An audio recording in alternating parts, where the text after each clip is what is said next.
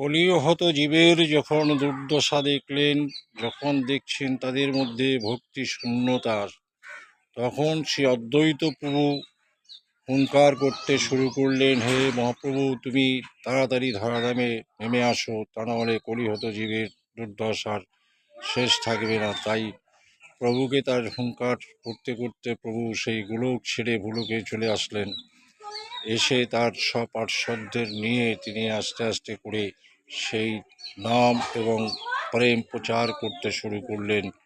তাই সেই নাম বলছেন, মহাপ্রভুর নাম যত আছে নগরাদি গ্রাম, সর্বত্র হবে শ্রীমান মহাপ্রভুর নাম। নগরাদি গ্রাম যত আছেন সর্বত্রই তার নাম শোনা যাবে বা নাম প্রচার হবেন, এবং তাই হয়েছেন।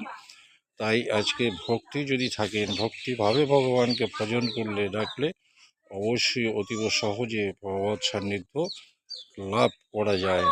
তাছাড়া বা সেটা ব্যতি রেখে ভগবৎ সান্নিধ্য লাভ করা জীবের পক্ষে কখনোই সম্ভব নয়। নববিধা ভক্তির মধ্যে শ্রেষ্ঠ হচ্ছে নাম সংকীর্তন।